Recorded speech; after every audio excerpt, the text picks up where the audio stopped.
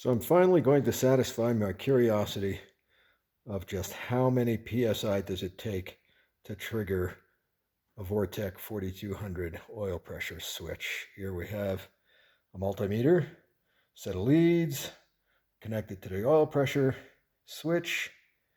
We've got some tubing adapters in there, coming around and going to a Mighty Vac coolant system pressure tester, or just a hand pump. So I'm going to set the meter to continuity. You can see the switch is closed, which is its normal state with no pressure.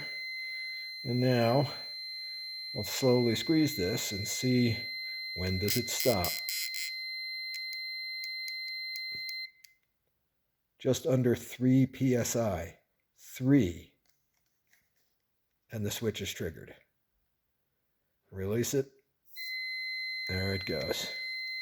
Repeat. Just under 3 psi is all it takes to trigger an oil pressure switch at a 4200. That's incredible.